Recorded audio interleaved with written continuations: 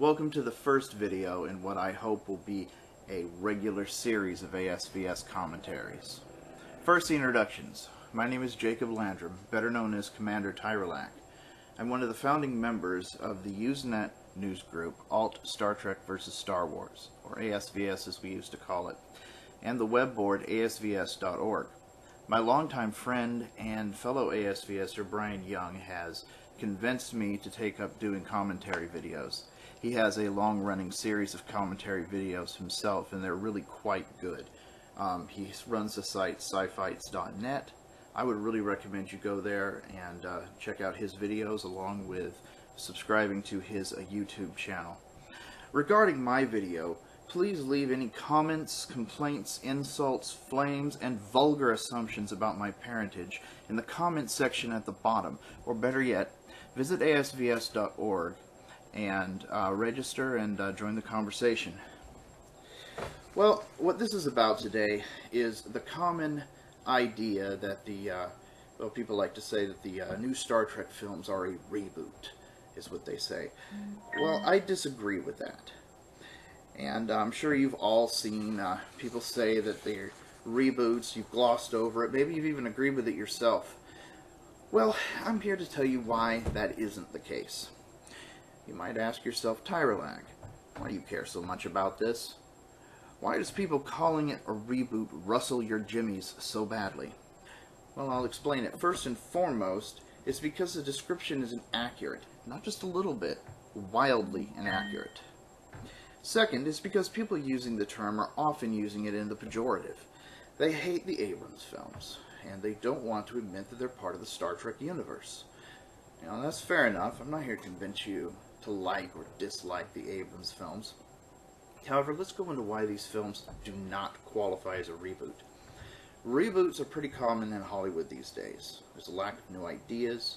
Directors oftentimes feel comfortable taking tried and true franchises and updating them for modern audiences. And at first glance, the Star Trek films in 2009 and this year, in 2013, Into Darkness, seem to look like a Hollywood reboot on the surface.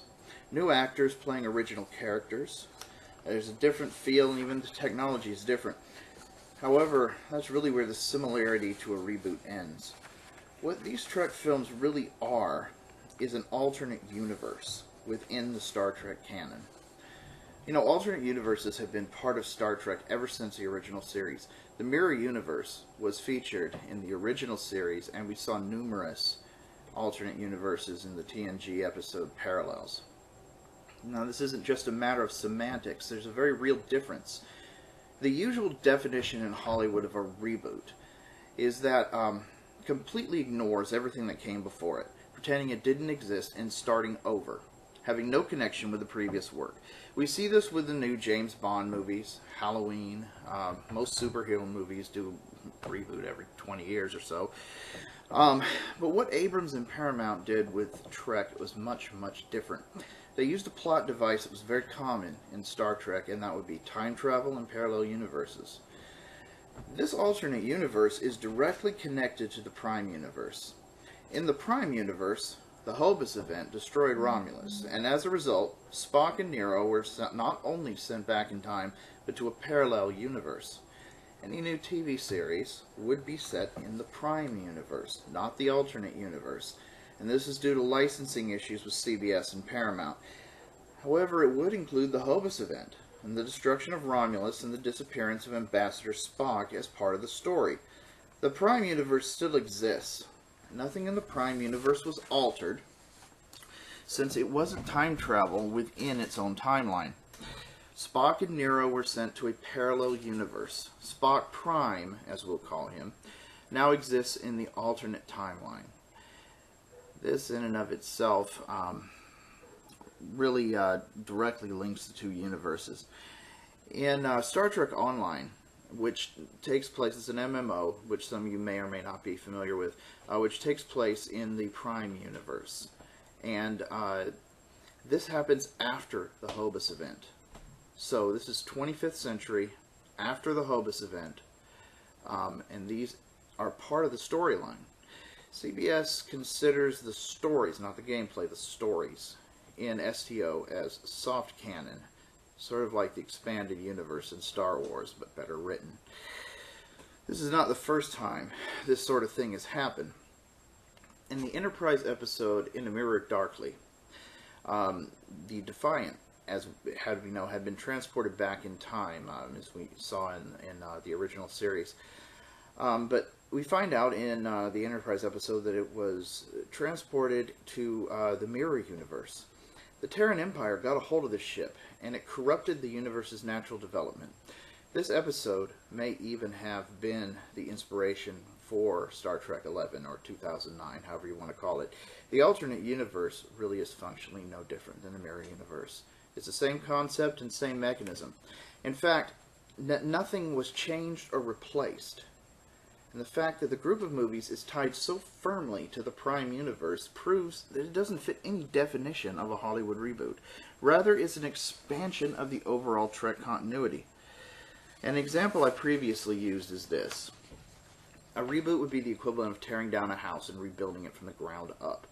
These films were like adding an addition to an existing house. We also can't forget that Paramount, Abrams, Orkai, and Kurtzman were very plain that these films were not a reboot. As far as the cast goes, it's quite obvious that new actors would have to be used. The original cast is either dead or so old that no amount of movie magic could make them young. And outside of completely generating their likenesses, there's no way to do it. If Paramount and CBS could set aside their differences, it is possible even to have a crossover episode in a future TV series. Which brings up really the next and most important point. Even if Abrams wanted to reboot Trek, he couldn't have. He doesn't have the authority. He doesn't have the rights to. The rights to Star Trek are owned by two different companies, CBS and Paramount. Paramount owns the rights to the feature films. CBS owns the rights to everything else. TV series, book rights, games rights, etc. CBS really owns most of it. And in order to reboot Trek, Abrams would have needed CBS's permission and cooperation, which he did not have. One of the objections I've heard, though, is that it's a reboot because it revitalized the dead franchise. Okay, I can see how you would say it that way. But by that reasoning, both The Next Generation and Enterprise were reboots because they revitalized a stagnant franchise. Well, now to the last objection, and quite possibly the root of the matter. But I don't like the Abrams films. They suck. They don't feel like Trek, and they focus on the wrong things. This isn't my Trek, and I don't want to acknowledge it. Well, I understand and sympathize with this viewpoint. Really, I do. Personally, I like the Abrams films, but I like them for what they were, not for what they weren't.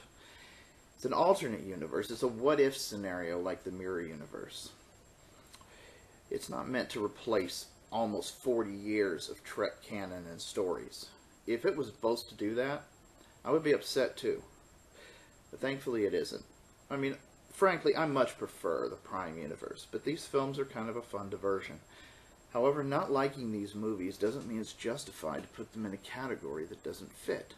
I personally don't like tomatoes. But just because I don't like them doesn't mean I'm correct in calling them a vegetable when they're actually a fruit. Similarly, I really hate Star Trek V. But I don't get to pretend that it's not part of canon. To sum it up, reboots don't tie in previous works. They don't reference them, and they certainly don't create a situation where two versions are operating in parallel, with both being affected by the same event.